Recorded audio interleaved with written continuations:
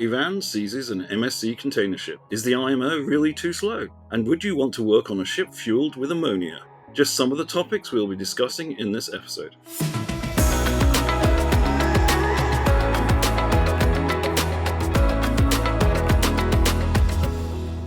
Hi, it's Marcus Hand, editor of Seatrade Maritime News here, with our April news roundup, Maritime in Minutes, and I'm joined by our correspondent, Gary Howard. There is quite a theme of disruption and decarbonisation to our April coverage, so let's jump right into it with Gary talking about green fuels. Thanks, Marcus. Yeah, my first pick for this episode is a signing of a Green Corridor MOU. Now, there are plenty of those going around, but I picked out a story from Express Feeders about a Green Corridor it's bringing to life in Europe, which will actually be up and running by the end of this year.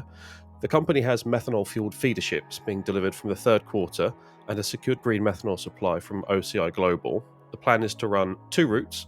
One connects Rotterdam to Antwerp, Bruges, Klaipeda, Riga, and the other is Rotterdam, Antwerp, Bruges, Helsinki, Tallinn, and Hamina-Kokta.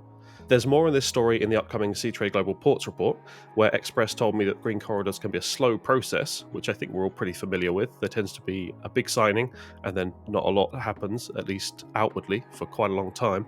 But their approach helped accelerate deployment. The shorter routes on the service eliminates sort of mid-route refueling, making it more straightforward to transition to alternative fuels. And it also helps that they ordered the methanol ships 3 years ago, so plans are much easier to make once you know the hardware that you're going to be dealing with. The routes both use the port of Rotterdam as their start and end point, meaning that the vessels can take advantage of the green methanol bunkering infrastructure that's already in place there as well. There's more to come on this story as Express Feeder plans what to do with a total of 14 methanol-fueled feeders it has on order. Delivery dates for those run up to the first half of 2026. The plan is currently to deploy those all in Europe, so there could be quite the green network on its way. Over to you. Yeah, that's interesting to see one of those progressing, because as you say, these tend to be signed and then all goes a bit quiet. I'm going to come to an on-running story from the previous month, and that is the elision between the container ship Dali and the Key Bridge in Baltimore, which remained very much in the news actually throughout April. And it was the topic of opinion writer, the esteemed Michael Gray, in his final piece for Seatrade Maritime News, as he takes a well-earned retirement from writing. Michael asked the question of what could be learned from the tragic accident. Now, while this could be viewed as bolting the stable door type exercise, as he notes, clearly shipping does not want to see such an incident happening again. So, potential learnings could include stricter requirements for tug assistance past any vulnerable structure, far stricter requirements for the testing of machinery before arrival and departure, and procedures for reporting every kind of malfunction, no matter how small, and more research into what is causing blackouts and other problems ships are having in port waters, with Michael questioning if the newer fuels, low sulfur and so forth, could be part of the problem. Now, we also use this story as the basis for our monthly poll on seatrade-maritime.com, asking readers if and what shipping would learn from the accident. Worryingly, 28% thought the industry wouldn't learn anything at all. But on the positive side, that does mean that 72% thought some positive learnings would come from the accident. New rules and regulations for navigation in port and enclosed waters were seen as the most likely area to be addressed. And coverage of the Baltimore Bridge collapse, which remains ongoing, so we have a dedicated page to that on the site. If you're enjoying the Seatrade Maritime podcast, make sure you never miss an episode by subscribing on the app of your choice. Gary, back to you for week 2. Yeah, we've got a story here with plenty of stories around on disruption, a rare piece about things returning to normal-ish. That raised a philosophical question for me as to whether a return to normal is in itself disruption. But anyway, Maersk is going back to using the Panama Canal. In January this year, Maersk decided to split its US East Coast service into 2 separate loops, connected by a land bridge across Panama. This rail link cut out the Panama Canal transits as restrictions at the canal reduced the number of vessels able to transit each day. The restrictions were of course due to a prolonged drought in Panama, leading to lower water levels in the lake that feeds the canal and a need to reduce the water use of what is a very thirsty canal. Usual operation for the canal is about 36 transits per day. That dropped to 24 in January, and there were even plans to cut that down to just 18 before the situation started improving, so we never quite got that low. Maersk announced it would return to transiting the canal for its OC1 service after the Panama Canal Authority said it was raising transits to 27 per day. things are going back to the way they were for Maersk on OC1 from later in May. The day after this story, the Panama Canal Authority announced it would be temporarily restricting transits during maintenance work and then gradually increasing transits back up to 32 per day, with draft limits also set to be raised from June. The twin impacts of Panama Canal restrictions and crisis in the Red Sea, leading to ships avoiding the Suez Canal, have had a real disruptive effect on trade flows across shipping sectors, as we all know. A return to strength in the Panama Canal will affect different trades in different ways. Keep an eye out for the inevitable analysis of what this means for container ships, tankers, and LNG carriers and the like, as the changes take effect later in the year. Marcus. Now, Gary stole what was actually my rather obvious choice for what happened at the end of the second week of April, and we'll be covering with further developments in week 3. Maybe you can guess what story that is. Now, listeners, yes, we do actually agree beforehand what stories we're going to cover in this, precisely so that we don't both talk about the same story.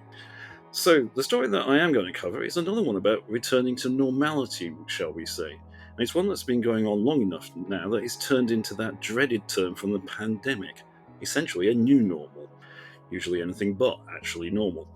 I'm referring to the decision to divert from the Red Sea and the Suez Canal to transiting via the Cape of Good Hope on voyages between Asia and Europe and the Med, and the US and Asia and the US East Coast.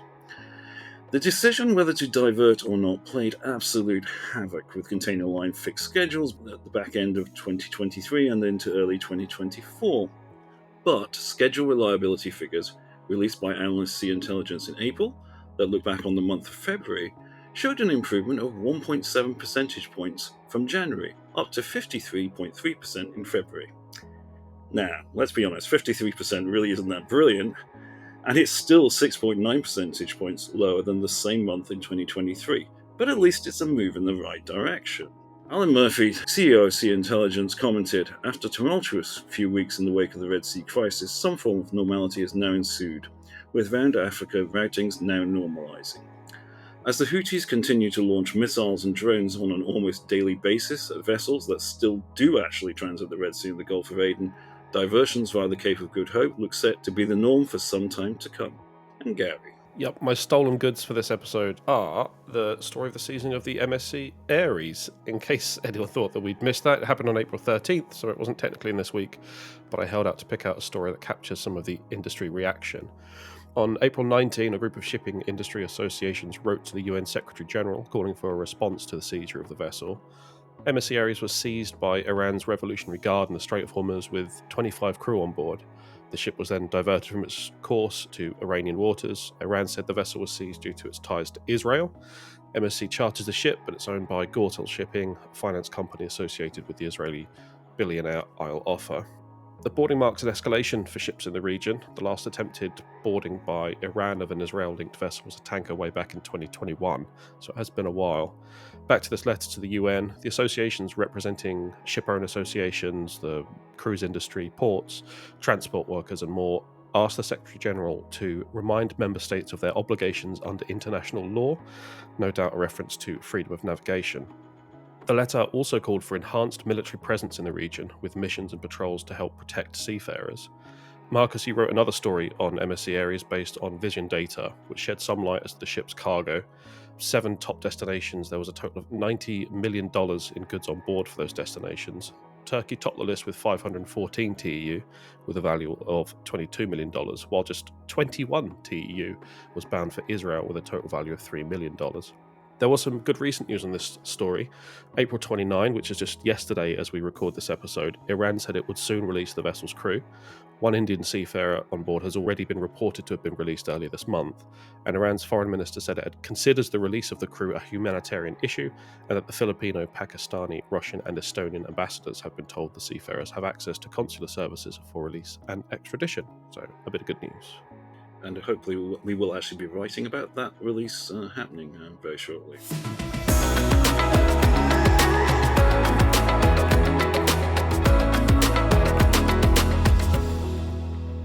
For the third week of April, I was a tad busy with Singapore Maritime Week, which is now in its 18th year. And boy, does that make me feel old, having been at the first one. This time around, I managed to attend a wide range of events with one common factor at most of them: the presence of IMO Secretary General Arsenio Dominguez, who seems certainly to be making good on his promise of transparency. But I'm going to go back to the first event he spoke at during that week, which was the Singapore Maritime Lecture, where he took umbrage at the suggestion that the IMO is too slow to react and make decisions, particularly around the issue of decarbonisation. Indeed, he told the audience, to some laughter it must be said, that the IMO is not slow, and then repeated that statement. Let me say, loud and clear, the IMO is not slow. It's a 176 member state organisation. We call for level playing fields and no one being left behind, he stated. His argument is that managing all the challenges around this takes time, and despite that, shipping is still the first transport sector to have mandatory targets for decarbonisation sort of 2050. When on the flip side, people also question if the industry can even meet the targets the IMO does set, one does have a kind of a certain amount of sympathy with his point of view here. Just staying with Singapore Maritime Week, I would just like to give honourable mention to the Recap Anti-Piracy and Sea Robbery Conference, and yes, the IMO Secretary General was at that as well, and that included some excellent insight from shipping companies into their experiences and decision-making processes around the Red Sea crisis and whether to divert via the Cape of Good Hope or not, as well as insight from naval forces. There's a story on that on seatrade-maritime.com, and the link will be in the show notes. And over to Gary. Did you think it was a weird choice that you decided to just follow around the Secretary General for the whole of Singapore Maritime Week? But maybe it was just a coincidence. It was almost unavoidable, actually, to be honest. I think he gave keynotes that virtually appeared on a panel at pretty much every single event. It was an impressive display of, of how willing he is to do these things, and actually managed to say something different at different events as well. That is impressive, making the most of that long trip to Singapore.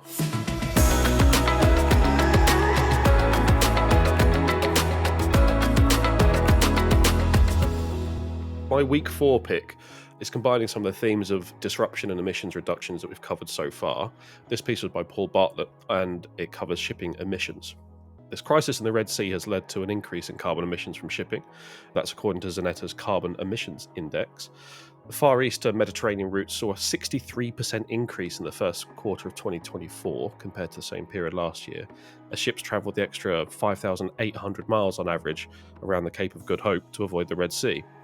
But the increase is not just a matter of a longer distance. Ships are also moving faster to try and reduce the lost time from the longer voyage. And as we all know, moving faster is exponentially less efficient. So more fuel burned, more greenhouse gas emissions released. Even worse news for the planet is the increase in demand for air cargo from Dubai to Europe that Zanetta saw. Now, air freight is one of the most carbon-intensive means of moving things around the planet, and shipping is the most efficient. So a move from sea to air is really bad news for emissions. And then, of course, there's the price impact. Longer voyages take more fuel, especially if they're in a rush. And there's the EU ETS factor to take into account, as a lot of these voyages were heading into Europe. Those ships headed to Europe are going to be stung by more ETS costs for the longer Cape route. And yeah, someone's going to have to end up paying for that. That's it for me for this month. Hopefully you've got a bit of a more upbeat story to finish on, Marcus. I wouldn't say it was exactly that. And I did actually hear this comment that geopolitics wipes the floor with environmental concerns. And this story would kind of seem to illustrate that. Actually, I'm sort of cheating a little bit. I'm going to be staying with Singapore Maritime Week, but it was a piece I didn't follow up in the last week of April. And it's on ammonia as a fuel. Now, one of the things that became clear during the events of Singapore Maritime Week was that ammonia was much further up the agenda than it was 12 months earlier, and the preparations are moving at pace for the first ammonia fuel vessels. Now, very clearly the biggest concern about ammonia is that it's highly toxic, and an ammonia leak or spill could put the crew at considerable risk and potentially any population nearby as well. Singapore has been conducting the first trials with ammonia as a fuel on the converted offshore vessel Fortescue Green Pioneer, and that was berthed at Keppel Bay for visiting officials and executives to get an opportunity to see firsthand a retrofitted ammonia engine and fuel systems. Among those visitors was, guess who? IMO Secretary General Arsenio Dominguez, who requested to take part in a safety drill to see how long it takes to actually put on the PPE. Dominguez said it took him 2 minutes and 23 seconds. Now, that's actually a bit longer than the 2 minutes it should take with no experience or no practice. However, he commented, so it's doable. Now, while this may be the case, when I posted this story on my LinkedIn feed, it was clear many who commented did not think ammonia as a fuel was a good idea, particularly amongst the seafaring fraternity and former seafarers. One described it as an open invitation to a mass casualty event, while others made it very clear they would not want to work on such a vessel with such a fuel. Now, let's hope they're wrong, but the concerns are actually very real. And I think from my perspective, I see this perhaps not as the ships that are going to be in service in a year or 2 years' time. They will be very well run by top operators, and they're going to be brand new. And everybody's going to be very concerned about having an accident and what that would mean. I think the concern is probably about 10 years later, when the vessel's been bought and sold, potentially multiple times, perhaps doesn't have the best maintenance record ever, and is maybe crewed by and managed by someone with less experience. And I think at that point, that's where you start to get concerned as to what might happen with an accident with an ammonia-fueled vessel.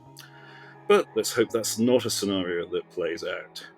Anyway, I'm going to wrap up on that point. If you want to learn more about this and all the other stories featured in this episode, links are in the show notes.